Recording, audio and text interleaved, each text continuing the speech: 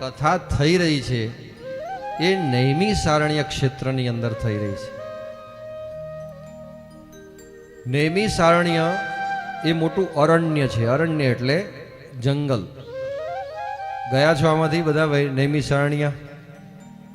કોણ કોણ ગયા છો? બોલો, હાથ ઊંચો કરો. છે ને? ભવ્ય અદ્ભુત એવું આખું અદ્ભુત અરણ્ય છે, વન છે મોટું. અને એ અરણ્યની અંદર જ્યારે કળિયુગનું આગમન થવાનું હોય છે, કળિયુગ આવી ચૂક્યો હોય છે, ત્યારે 88,000 સંત મહાત્માઓ એક જ્ઞાન સત્રનું, એક યજ્ઞ સત્રનું આયોજન જે છે આ ક્ષેત્રની અંદર કરે છે કે કંઈક જ્ઞાન ગોષ્ઠી થાય, સારો માર્ગ મળે, તો એ માર્ગ દ્વારા આપણે જનમાનસનું કલ્યાણ કરી શકીએ. એટલે બધા જ્ઞાન પ્રાપ્ત કરવા માટે ત્યાં પધાર્યા છે. અને ભારત વર્ષના એ વખતે 5,000 ગુરુકુલ ચાલતા, અને 5,000 જે ગુરુકુલ ચાલતા એ ગુરુકુલના ત્યાં ઉપસ્થિત છે.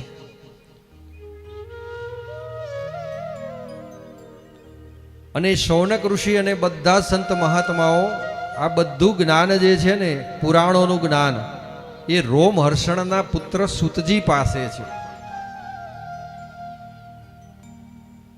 બધા બ્રાહ્મણો છે, એમની પાસે વેદોનું જ્ઞાન છે, વેદોના મંત્રો જાણે છે, મોટા મોટા યજ્ઞો કરાવે છે, પણ પુરાણોનું જ્ઞાન જે છે એ તો સૂતજી મહારાજ પાસે છે.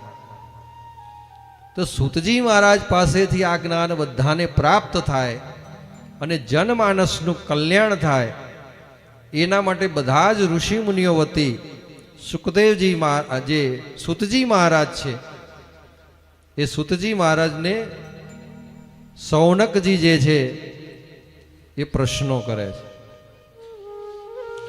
નિમિષે સુતમાસીન વિવાદ્ય, નિમિષે સુતમાસીનમ વિવાદ્ય મહામતિમ કથામૃત રસાસ્વાદ કુશલ શૌનકો બ્રવીતમ. શૌનકુવાચ અજ્ઞાન ધ્વાંત વિદ્વંસ કોટિ સૂર્ય સમપ્રભ સુતાખ્યાહી કથા સારમ મમ કર્ણ રસાયણમ. શૌનકજી સૂત મહારાજને કહે છે કે હે સૂત મહારાજ, તમારામાં અદ્ભુત જ્ઞાન ભર્યું છે, અને એ જ્ઞાન જેવું તેવું નથી. કોઈ પણ માણસ અજ્ઞાની હોય તો અજ્ઞાન, એનો અંધકાર નાશ પામે અને જ્ઞાની બની જાય, એવું તમારામાં જ્ઞાન છે.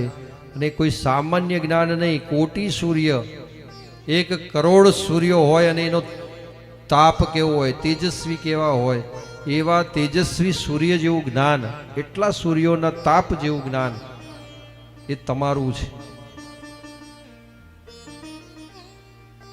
તો ભગવાન કંઈક આજે અમને એવી કથા સંભળાવો કે જેના દ્વારા અમારું અજ્ઞાન જે છે ને એ બધું મટી જાય.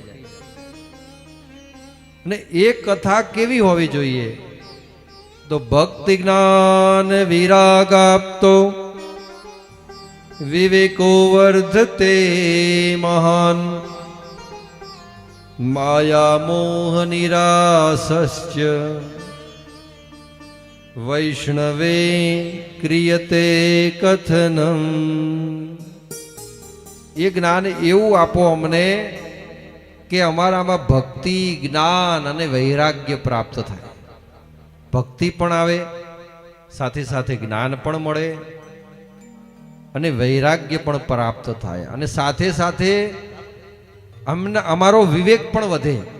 જીવનમાં અમારે શું કરાય, શું ન કરાય, કોઈને કઈ રીતે માન આપવું, સન્માન આપવું, આ બધો વિવેક પણ અમારામાં વધે.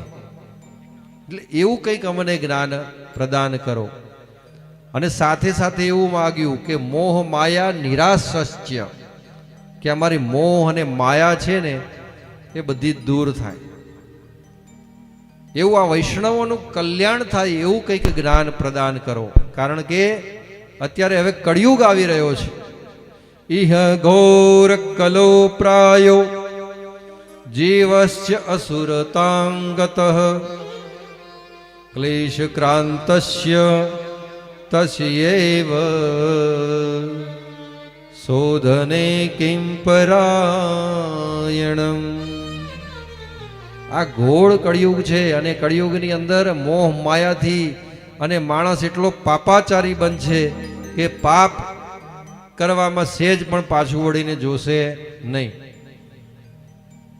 સારો આમ લાભ દેખાતો હોય તો પોતાના ભાઈ છે, સગા ભાઈને પણ પોતાના લાભ માટે ખાડામાં ઉતારી દે. એટલે આ એવો કળિયુગ છે અને આવા હળાહળ કળિયુગની અંદર તમે કંઈક એવો રસ્તો બતાવો કે અમારું કલ્યાણ થઈ જાય.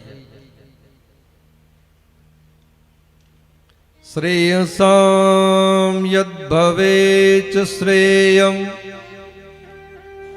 પાવનાનામ ચ પાવનમ કૃષ્ણ પ્રાપ્તિકરમ શાશ્વત સાધનમ તદ્રદાધુના. તમે અમને એવું જ્ઞાન આપો કે શ્રેયસામ યદ ભવેચ શ્રેયમ,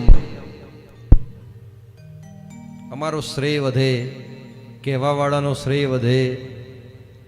અને એ જ્ઞાન એવું હોવું જોઈએ કે પાવનામ ચ નામ ચ પાવનમ, પાવન એટલે કે પવિત્રથી પણ અતિ પવિત્ર હોય એવું જ્ઞાન અમને પ્રદાન કરો. અને એ જ્ઞાન એવું આપો કે અમને ભગવાન શ્રી કૃષ્ણ ભગવાનની ભક્તિ પ્રાપ્ત થાય અને એ ભક્તિ એવી પ્રાપ્ત થાય કે શાશ્વત હોય. એકવાર પ્રાપ્ત થયા પછી અમારા હૃદયમાંથી એ જાય નહીં, એવી ભક્તિ અમને પ્રદાન કરો.